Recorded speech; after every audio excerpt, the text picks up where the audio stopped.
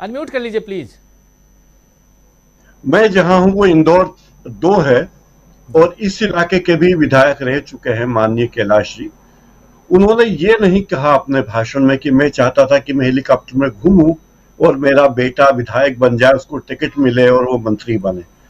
हालांकि उनकी मंशा यही रही होगी, लेकिन उनको टिकट मिला तो उनके बेटे को टिकट नहीं मिला, प्रहलाद पटेल को टिकट मिला तो उनके भाई जालम सिंह को टिकट नहीं मिला। तो बीजेपी ने इस तरह से बड़ी चतुराई से अपने उन नेताओं के पर कतर दिए हैं जो अपने आप को बहुत सौभाग्यशाली या बलशाली मानते थे।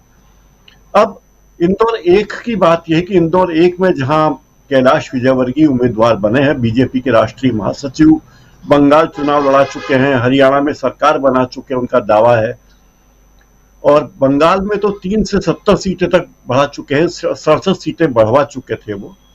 अब चिंता यह है कि लोग कह रहे हैं कि ये तो बहुत बड़े नेता हैं और हमारे इलाके में रहते नहीं हैं, और यहां जो व्यक्ति रहता है, हमारा उम्मीदवार है, वो कोरोना काल में उसने हमारी बड़ी मदद की, हमारे घरों पे आया, अनाज भिजवाया, दवाइयां भिजवाई, ऑक्सीजन का इंतजाम किया, हमारे सुख दुख में साथ आता है। तो अब दिक्कत यह कि यहाँ एक तो इंदौर का नेता है, कैलाश विजयवर्गीय जी के विज्ञापन चल रहे हैं, उसमें बार बार अनाउंसमेंट होता है कि देश के नेता, प्रदेश के नेता कैलाश विजयवर्गीय, हमारे नेता कैलाश विजयवर्गीय, और दूसरी तरफ कांग्रेस के उम्मीदवार कह रहे हैं कि मैं आपका बेटा हूं, नेता नहीं। तो लड़ाई नेता वर्सेस बेटा में हो गई है, और अब लोगों को ये लगने लगा है, पूरे प्रदेश में एक ही विचारधारा लोगों की देखने में आई कि जिस व्यक्ति ने हमारी मदद की, जो हमारे संपर्क में है, जिससे हम कभी भी मिल सकते हैं, वो हमारे लिए ज्यादा उपयोगी है। मोदी जी तो हमारी मदद करने आएंगे नहीं, कुछ परेशानी हुई तो मोदी जी तो हमारा काम करवाएंगे नहीं, बच्चों का एडमिशन करवाएंगे नहीं, हमारे लोकल नेता ही करवाएंगे। तो ये बड़ी परेशानी है, और पूरी ताकत बीजेपी ने झोंक दी है इंदौर 1 में, और रोज कोई ना कोई केंद्रीय मंत्री आ रहे हैं। यहां तक कि रेलवे विभाग के रेल मंत्री आके घोषणा कर गए कि इंदौर 1 में जहां एक छोटा सा स्टेशन है लक्ष्मीबाई नगर, कह गए कि हम इस स्टेशन को बहुत महान बनाएंगे, बड़ा बनाएंगे। इंदौर में इंटरनेशनल फ्लाइट बहुत उड़ेंगी, उस इलाके में मेडिकल कॉलेज खुलेगा, जबकि इंदौर में ऑलरेडी 3 मेडिकल कॉलेज है ही। तो ये सारी बातें कही जा रही है, लेकिन फंस गई है कुर्सी, और शायद कैलाश विजयवर्गीय जी ने भी नहीं सोचा होगा कि ऐसी स्थिति होगी। यही हाल मैंने अभी नरसिंहपुर में देखा, जहां प्रहलाद पटेल केंद्रीय मंत्री को उम्मीदवार बना दिया गया। हम छिंदवाड़ा में कॉफी पी रहे थे तो वो आए कॉफी हाउस में, इंडियन कॉफी हाउस में, और उनसे काफी बात हुई। उन्होंने कहा नहीं नहीं, मेरे भाई ने मेरे लिए सीट छोड़ी है, मुझे यहाँ फंसाया नहीं गया। लेकिन उनकी भी हालत में मुझे बाबुल सुप्रियो इन सबको देखकर याद आते हैं कि किस तरह कलेक्टर को तहसीलदार बना दिया गया, एसपी को थानेदार बना दिया गया, पीएचडी वाले व्यक्ति से कहा गया कि 12वीं की परीक्षा दे दे भाई। तो ऐसा लग रहा है, बड़ा दिलचस्प मामला है। लेकिन जिस तरह की राजनीति के माहिर हैं कैलाश विजयवर्गीय, दिक्कत उनके सामने ये आ रही कि सामने वाला उम्मीदवार भी उस तरह की राजनीति में बहुत माहिर है।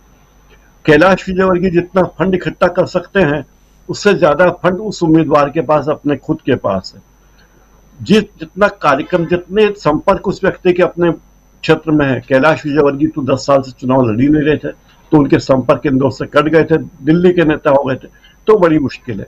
लेकिन बीजेपी ने इंदौर को प्रतिष्ठा का प्रश्न बनाया है। इंदौर आमतौर पर आरएसएस का गढ़ रहा है, और यहाँ की 5-6 सीटें आरएसएस के गढ़ के रूप में है, उन्हें जीतना मुश्किल है। लेकिन इंदौर 1 में जो फांस बीजेपी के गले में फंसी है, इसके बहुत सारे सबक है। एक बात तो है कि कैलाश विजयवर्गीय के बेटे का टिकट कट गया है, अब वो भी कह रहे हैं कि मैंने अपना टिकट खुद स्वेच्छा से कटवाया है और दूसरे की मदद कर रहा हूं।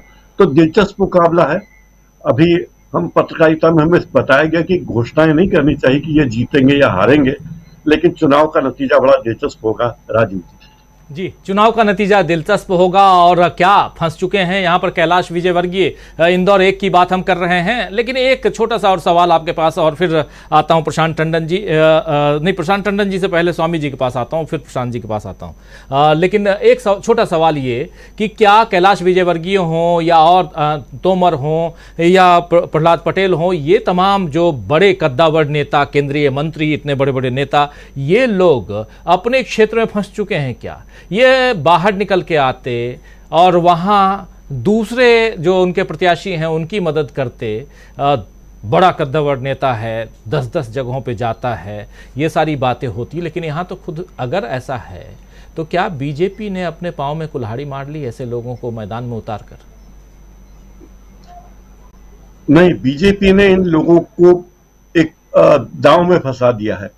जिन 75 सीटों में हारे थे, उन 75 सीटों में बीजेपी ने अपने पुराने दिग्गजों को खड़ा कर दिया। 3 महीने पहले नाम बता दिए।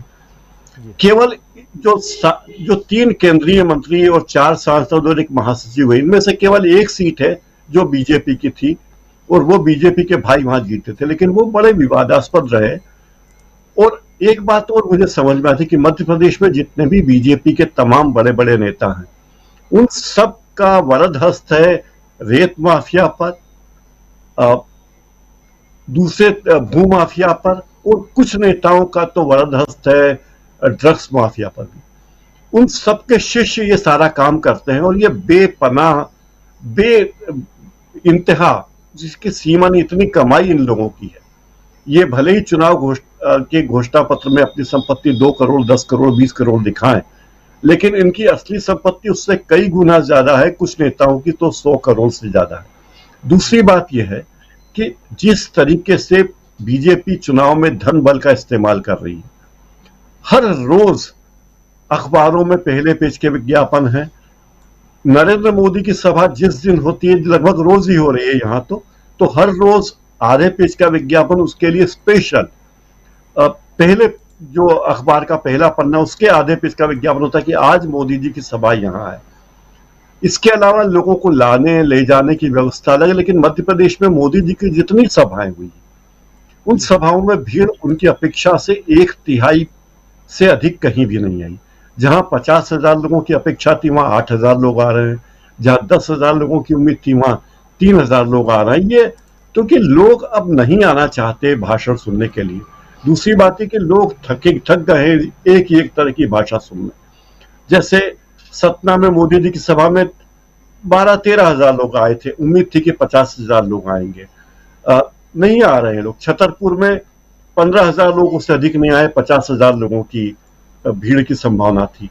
नीमच की सभा बड़ी चर्चित थी, उन्होंने कहा था कि 1 लाख लोग आएंगे, लेकिन 20,000 से ज्यादा लोगों के बैठने का इंतजाम ही नहीं था, तो इतने लोग नहीं आए।